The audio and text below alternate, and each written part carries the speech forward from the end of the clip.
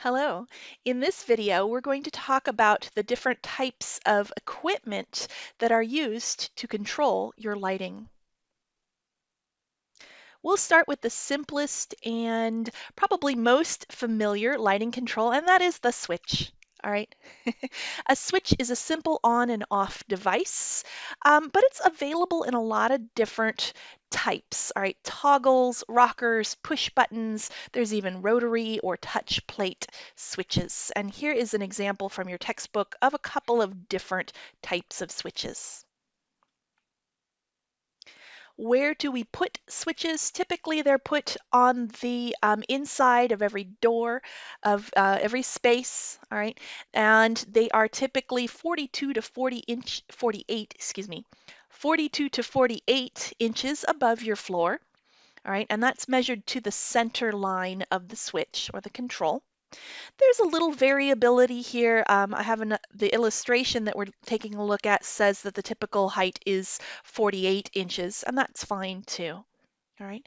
So if you look at this illustration right here, you'll see that a typical installation is to the inside of a door. All right, on the latch side, not the hinge side, because then when you open the door, you can't reach the switch, but on the latch side. All right. Other typical locations include above kitchen cabinets, right here, kind of in the backsplash. So your typical switch is called a two-way switch, standard switch. Another word for it is single pole, single throw, excuse me. It's an electrical term there. And it can control one device or multiple devices. So here we have an illustration of, it's a wiring diagram of just a switch, and it is simply controlling one light. But as you know, you can control multiple lights with just the one control. Taking a look at the photo to the right, this is what a switch looks like. If you take off the cover plate and pull it out of the that blue electrical box or junction box in the wall, all right, so you can see that there is an electrical connection behind there. Switches can also get a little bit more complicated. A three-way switch, also called single pole double throw, all right, is two switches on one circuit, and they control one or more devices, okay, from two different locations. And the confusing part is what students always have trouble with is that it is called a three-way switch, okay, but it means that there are two switches and two locations for that one circuit. An example here, we have a diagram in a room here. We've got two doors, all right, and so they placed a switch next to each door. And this three-way switch and this three-way switch, they both control this series of two lights. Another common application you'll see over here on the right is at the top and bottom of a stairway, at either end of a hallway, or at a front and back door of a house. All right. Now you can do more. A four-way switch would control one or more devices from three locations. All right. It's a little less common than the three-way switch. One more thing to know about switches is that they can be ganged together. So multi-gang switches are those that control separate light fixtures or separate circuits, but they're combined, the switches themselves are combined in one location, one electrical box, one cover plate. So here's a couple of examples. You see here is a 4-gang cover plate and switches, all right? This one has the cover plate taken off, so you can see that there are two separate switches ganged together in this one electrical box. All right, here is a 2-gang switch. This one is an example of you can actually combine different types of controls and gang them together. And so right here we have a combined switch and electrical outlet. It's also common to combine switches and dimmers, timers, etc., all ganged together.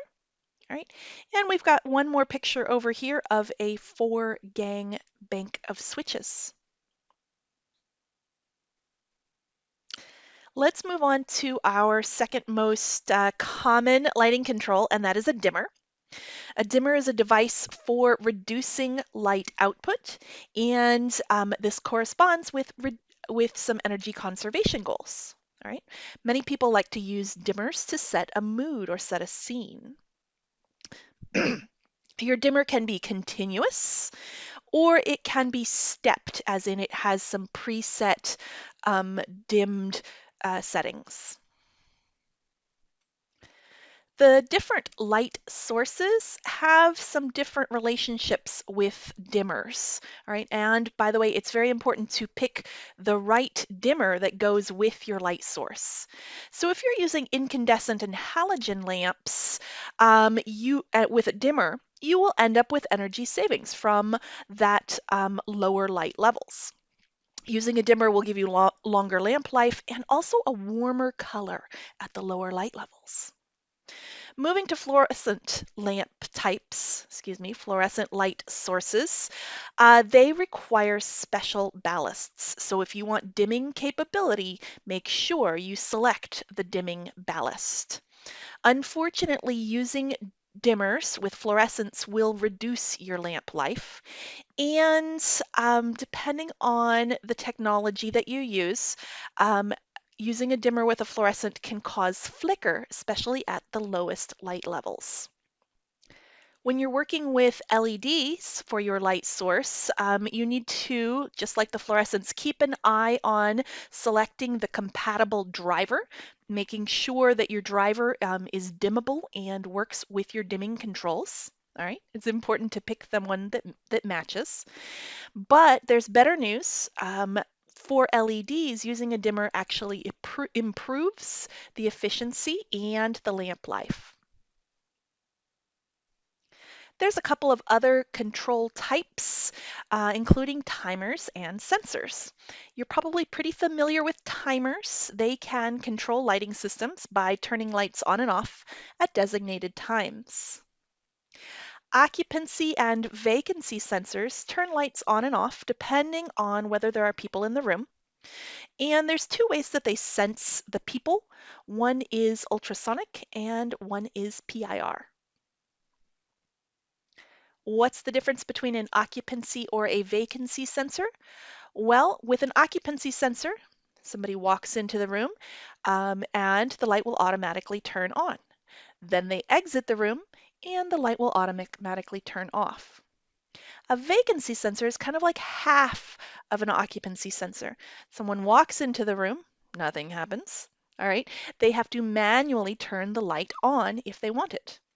But if somebody walks out of the room without turning it off, it will automatically turn the light off. The last sensor here on this list are photosensors. Photosensors will detect how much illumination in your space, and they're used for daylighting design. All right, everyone. In this video, we just talked about some of the most common controls equipment for your lighting systems. Thanks.